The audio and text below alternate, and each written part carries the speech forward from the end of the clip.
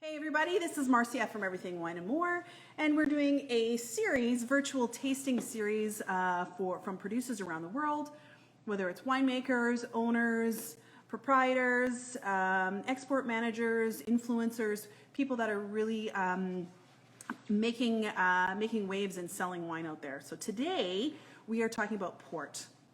And for me, port is very exciting. I love talking about port. I love the category of port. So we're going to be talking to Cynthia Opsahl from the Taylor Fladgate Corporation. And I'll tell you a little bit about her. She is here, so I'm going to have her come in with us. Alcohol industry for the past 25 years, selling and marketing fine wines and spirits in the Canadian marketplace. And she is a graduate of the sales and marketing program at BCIT. Hi, Cindy. Hi, Marcia.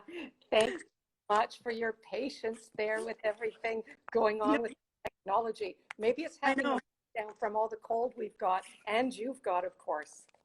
Yeah, no problem. I mean, these things happen. I was saying to Cynthia from Pacific Wine and Spirits that this is not the first time this has happened, and it's certainly not going to be the last. So it's okay. It's okay. With technical difficulties aside, we're happy to have you here, and we're happy to talk about port. And with Valentine's Day around the corner, I thought it was a good plan to talk about port and to maybe see what kind of chocolate ideas we can get from port as well.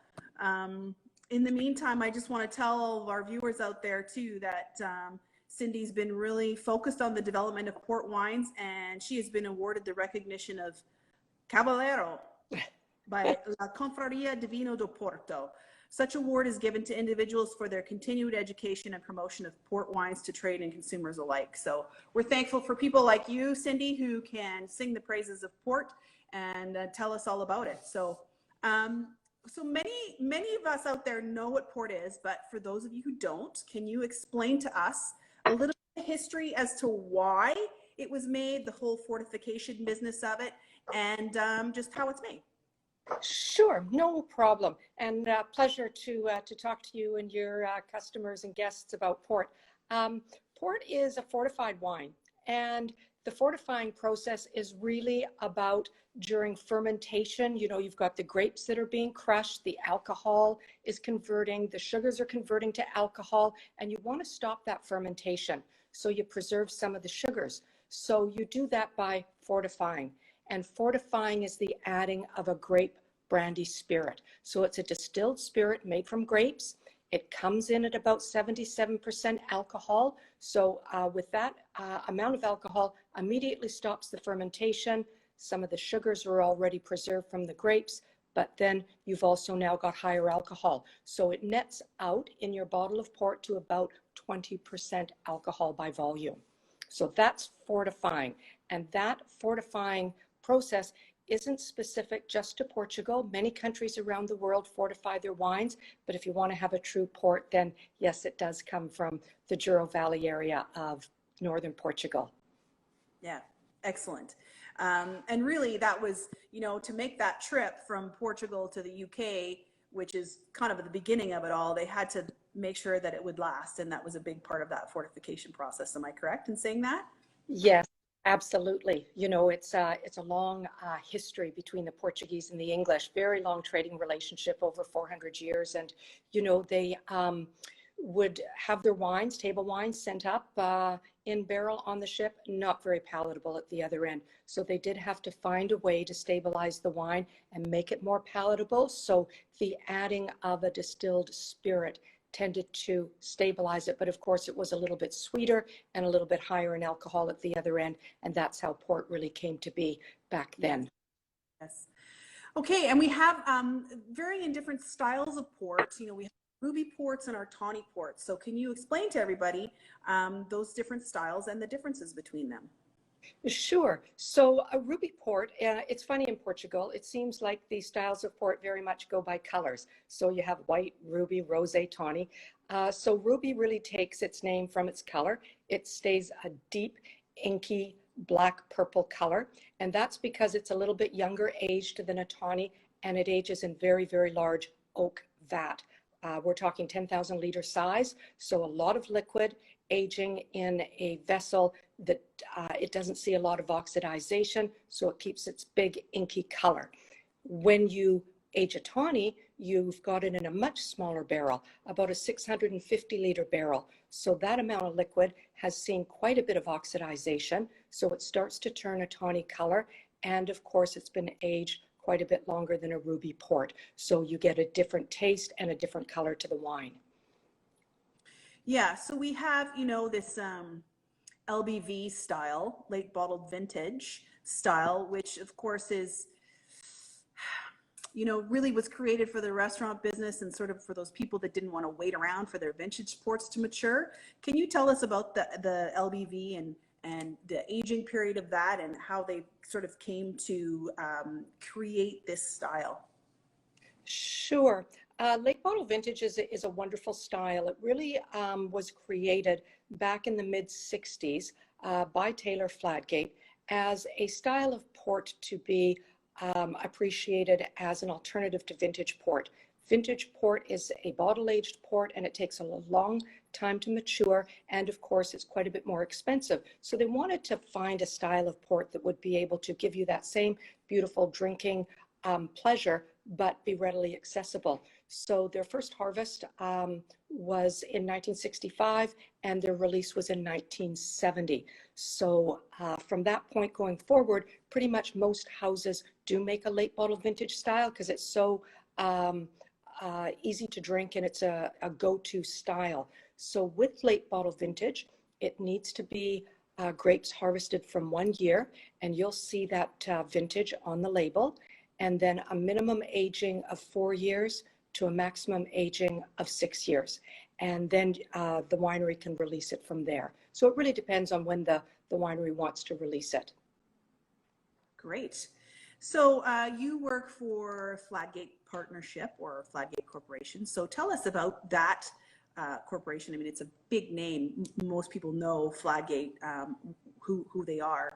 And so, tell us about their history and a little bit of history of their barrels, because they have the largest selection of barrels full of port in the world, to my knowledge. And talk about the other companies that are underneath their umbrella as well.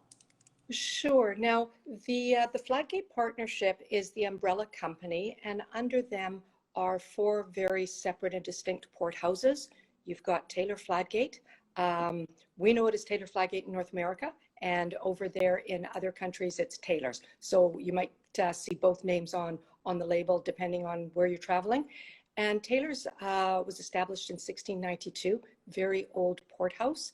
And they also have under their umbrella Fonseca Guimarães, and that company goes back to 1815. And they are the ones that have provided the fabulous winemaking families of the Guimarães. And David Guimarães is now at the helm, and he is the head winemaker making the ports for all the houses. He's 6th generation family member and partner of the Fladgate Partnership. And you also have the House of Croft, and Croft is actually the oldest of the 4 houses. They date back to 1588, so quite a history there with Croft, and they have a very beautiful estate. Their estate is Quinta de Rueda. They're in the central area of the Douro Valley. And then you have Crone. And Crone is a company that they acquired some years ago, and they were able to acquire some very beautifully aged ports from them. So they're usually sold in the European market. Okay, yeah, because I said Crone, it's with the K, right?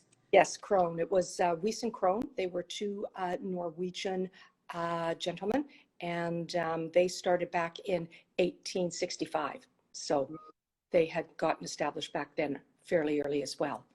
I think that we were able to get a few of their wines here in market a couple of years ago, to my recollection. The store that I used to manage, I'm pretty sure I had some on the shelf. So yes, and it's interesting with Crone because they produced a vintage port in 1965, which was a celebration of their centenary. So they were 100 years old at the time. And even though generally 1965 was not a declared year. They chose to declare because it was a special celebration. So we had that 1965 vintage port in the marketplace. That's right. Yes. Now that you're saying all this, it's all coming back to me for sure. So we've talked about, the different styles. We're going to go into some of our ports now. So for those of you who have decided to purchase some of our ports, if you have, the 10% off last week, they're 10% off this week, and they'll be 10% off next week as well till next Thursday until we do our next live video.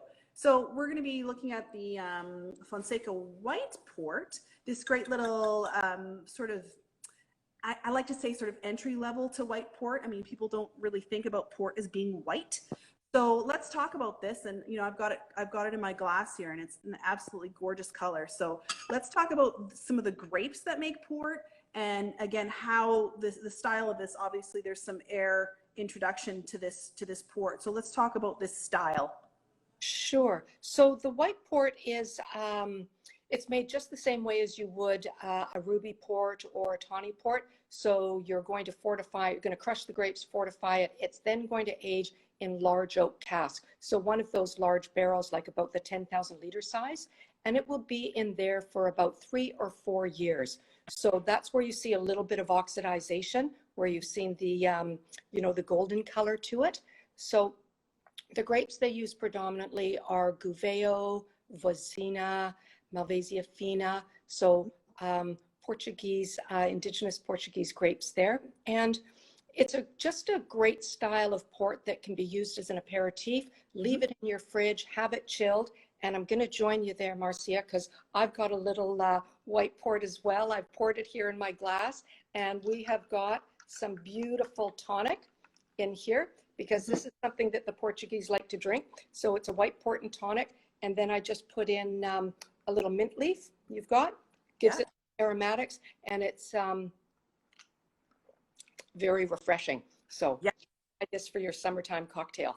Yes, I love that. And in fact, I don't have one here, but the white port now is being shipped with a little card over top of it that actually gives you that cocktail. So for those of you that are interested in doing that, it's right there on the bottle, so you would be able to get that easily. And this is a very inexpensive port as well.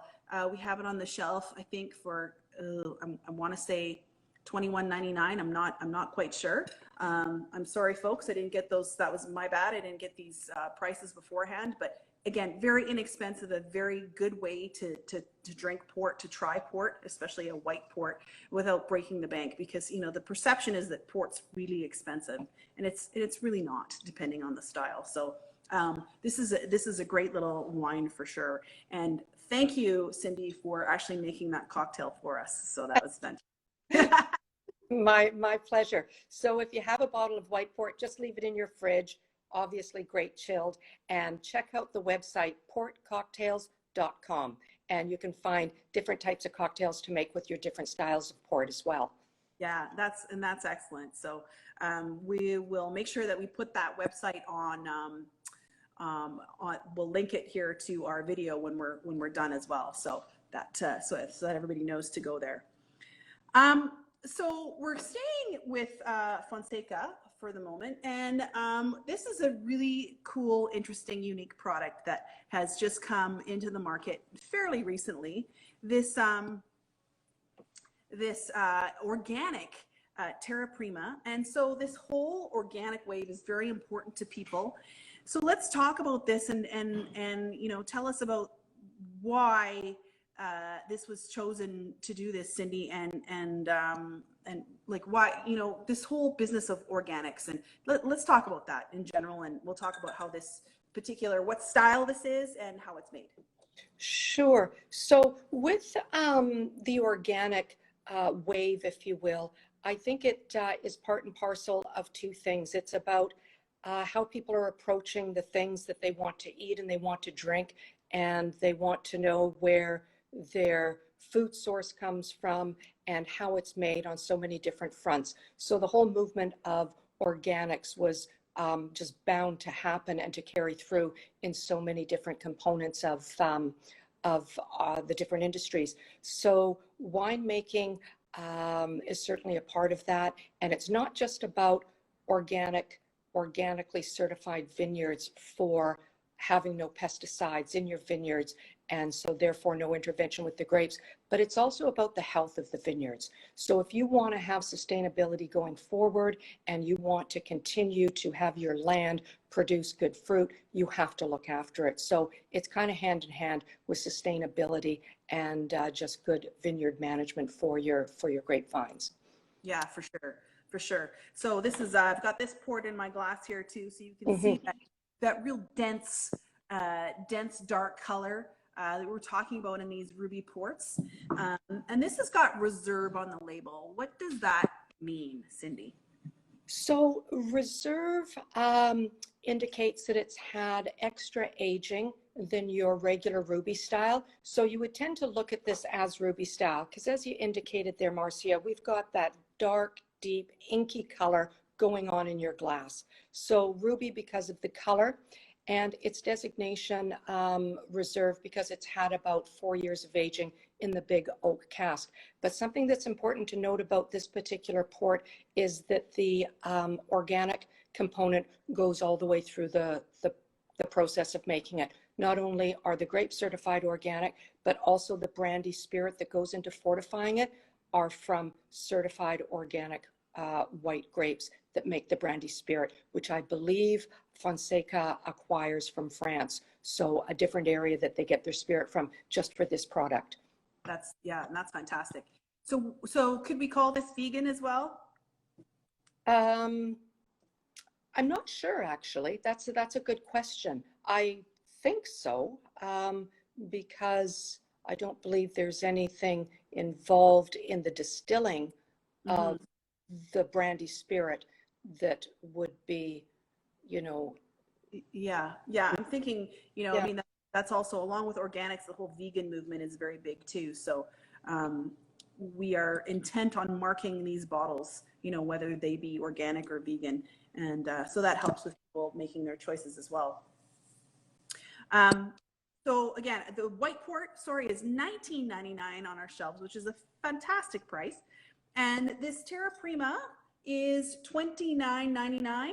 And again, everything right now, it's 10% off if you buy these ports, and plus you get extra cork rewards. So for those of you out there that are collecting, now's the time to buy these ports because you'll get extra cork rewards, which in turn gets you gift cards or towards your purchase. So that's always a good thing.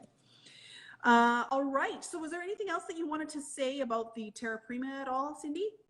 Well, just that it's a very luscious port. So this type of port has a very velvety component texture to the palate, which is a little bit different than what you might have from an LBV. So I find it quite luscious and full, and I think it has to do with the organic nature of the style of the grapes. So that's something I really denote from the Terra Prima.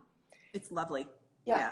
And just a little something for your customers and people watching is that these that we've just talked about, the white port and the Terra Prima, they are wood aged ports. So all the aging has been done in wood already, and they come with these cork stoppers. So when you have a port with a cork stopper, it denotes wood aged, and it usually lasts about 5 weeks after it's opened. You can leave it on your counter and it's good. So that's how you can treat a wood-aged port. Yeah, that was something I was going to bring up later, because we are going to be talking about a vintage port and it has a different closure. So that's something that I'm always very conscious of when I talk to my customers too about port. I'm like, look for the closure. If it's something that you're going to be drinking over a period of time, you need something that is definitely aged in wood for sure.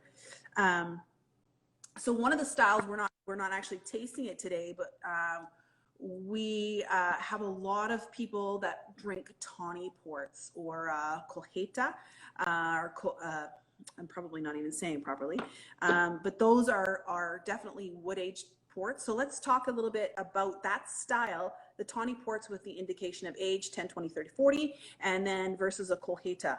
And if people don't know the difference, now is the time for us to talk about that. Okay, that sounds good to me. Tawny is always a fun category. Lots of fun, different styles and tastes in tawny. So tawny port, as we mentioned before, is really indicative of the color, and it becomes a progression through its life.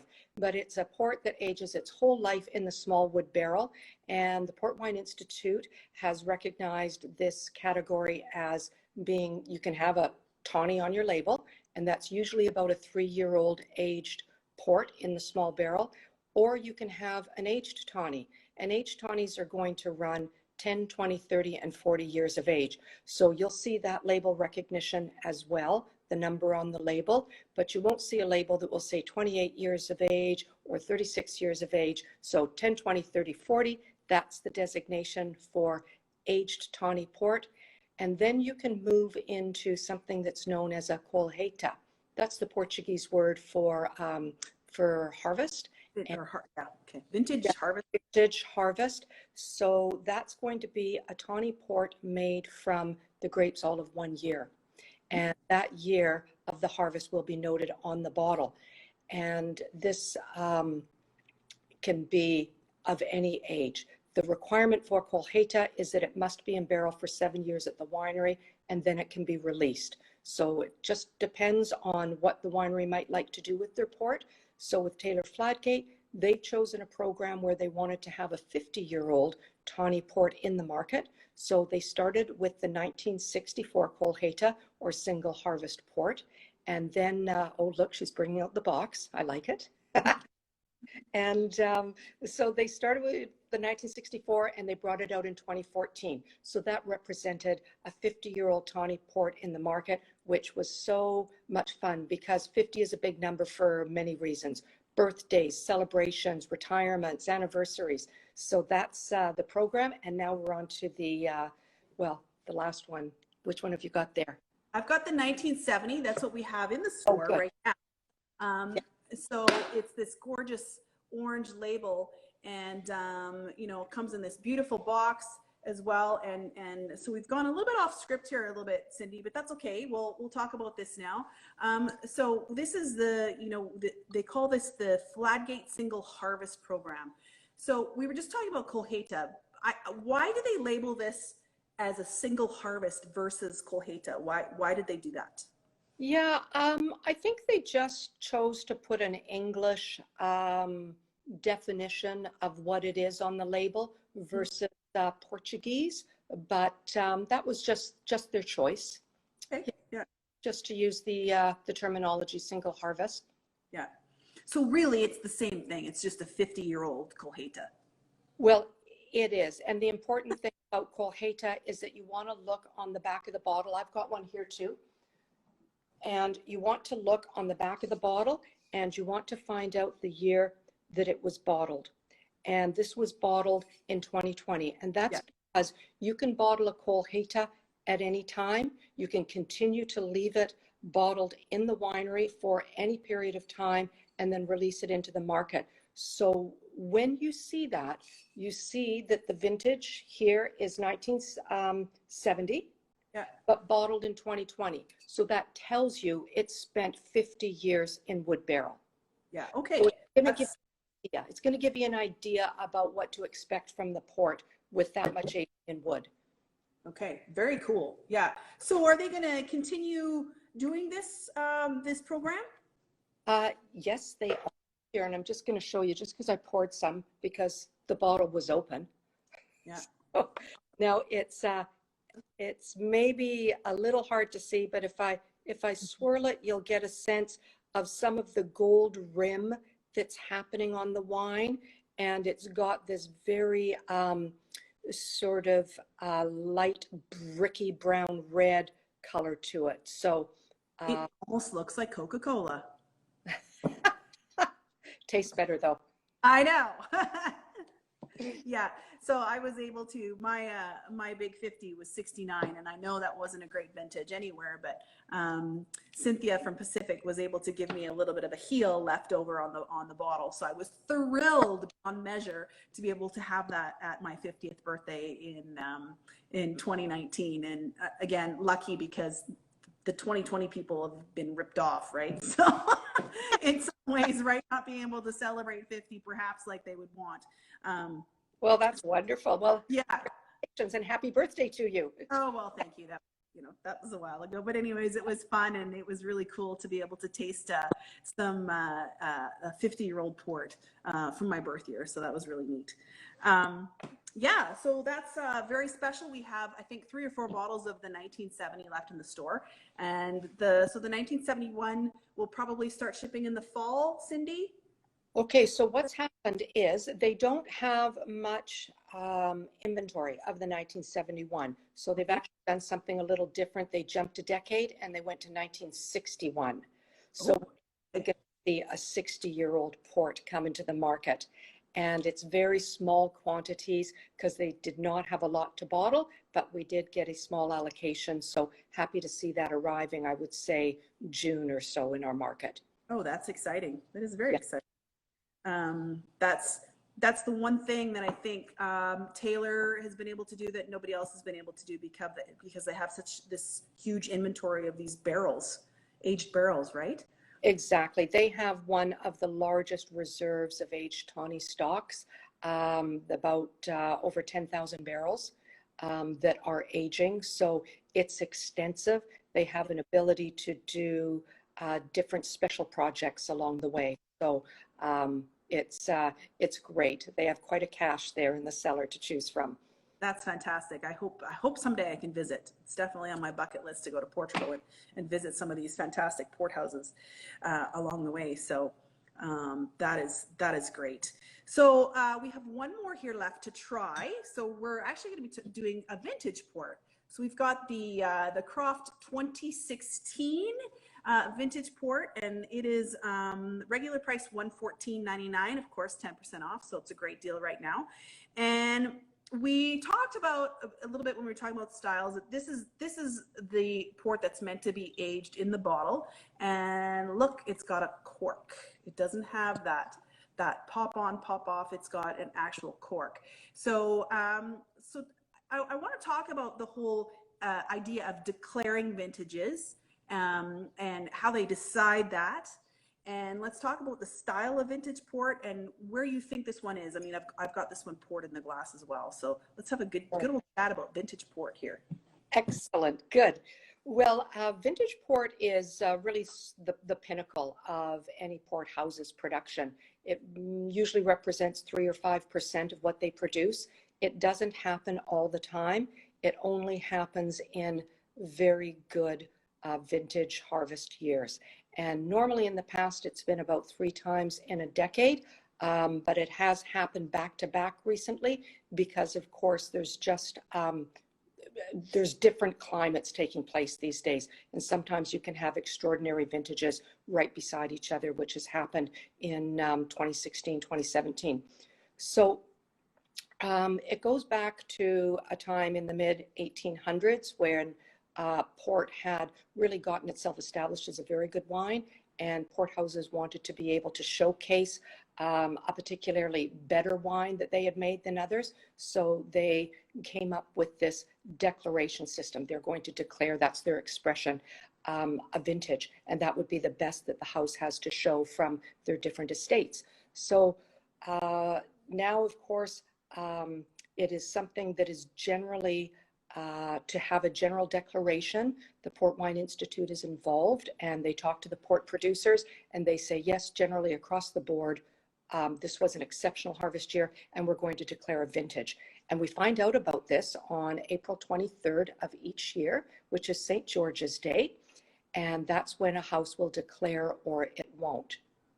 So we'll find out this coming April what they think about the 2019 vintage. So yeah, so it's really quite interesting because it's a type of port that is bottle aged, as you mentioned. There's a driven cork in there, which is always a telltale sign of a vintage port, versus your cork stopper, which is used for your wood aged ports. So those are the types of ports that you can lay down and continue to have it age in the bottle. And generally, vintage ports can take about 15 to 20 years to reach full maturity. But we find these days that with the quality of the spirit that is used in fortifying the wine, it makes drinking vintage port at a younger age very, expressive. You get this great expression of the young fruit. You haven't got a lot of hard edge coming from the fortified spirit. So it can be quite lovely to drink a young vintage port. Yeah, yeah. I mean, it's definitely, that real dark inky purple color. That's really, no barrel aging at all. I mean, this does spend a little bit of time, but hardly any, right? That's right. It's about 18 months or so in barrel, big oak barrel, just to have wine marry into the spirit, and then it will be bottled after that, blended and bottled, because as we're talking about vintage, it is usually a blend of that houses key vineyard sites. So they will take the wine from 3 different vineyard sites, blend them, taste them, and make the decision whether they will bottle a declared vintage or not, whether they'll declare or not. So if it's not, then they will bottle a vintage port because it is of a vintage year, but they will call it an estate vintage port, and they will actually put the name of the estate that the fruit came from on the label. Mm-hmm. Like Quinta di Roeda kind of thing? Exactly. So you've got your vintage. Why don't you hold that up there, Marcia, because I'm going to show you this. And then I have got Croft's Quinta de Roeda. So on a vintage port, you've got just Croft and the vintage here. Here, if it's on their estate, you'll see Quinta de Roeda on the label. So that's an indication that you've got an estate vintage port.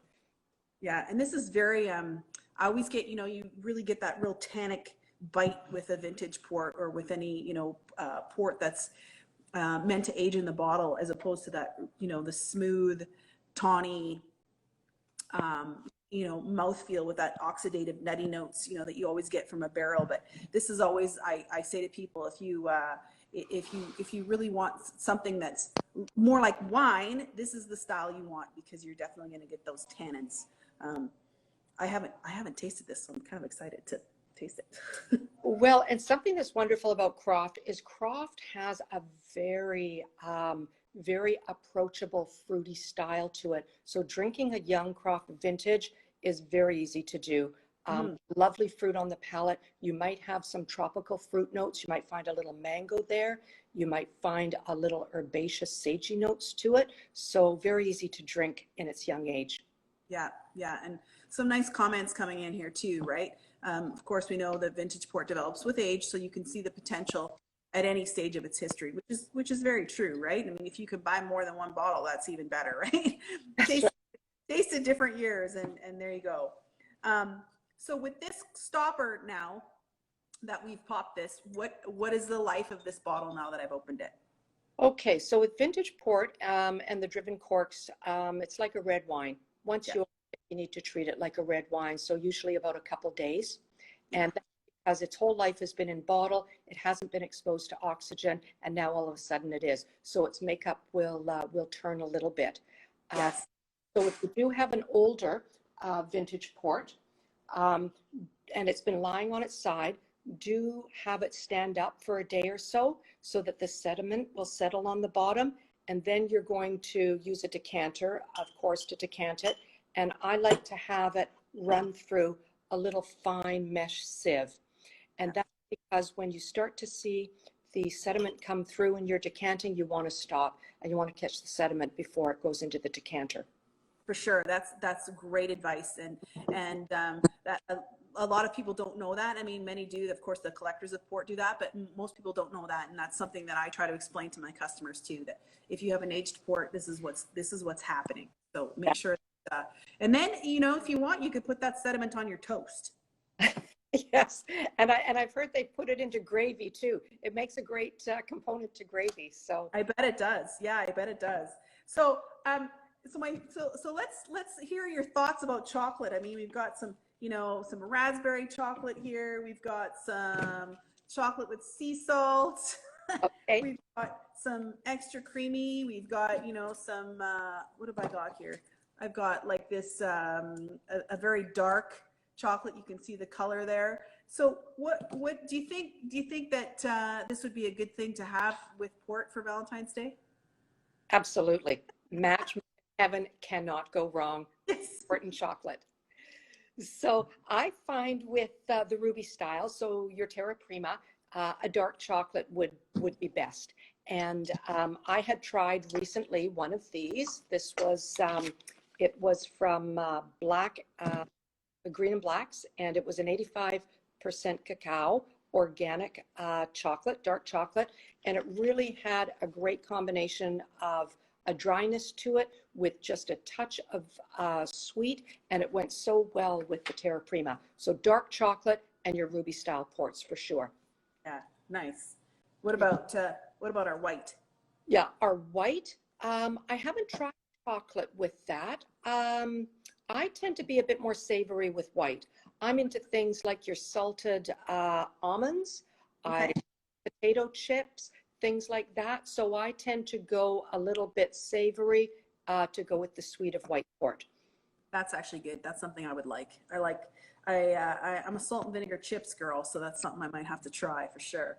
Yeah, Um, try that combo. yeah, and then the whole somebody said candied fruits is also a good accompaniment, so that's good. Thank you for Yes, that. yeah, Um, absolutely. And and things like that are like the dried apricots and the nuts and things, really nice with tawnies.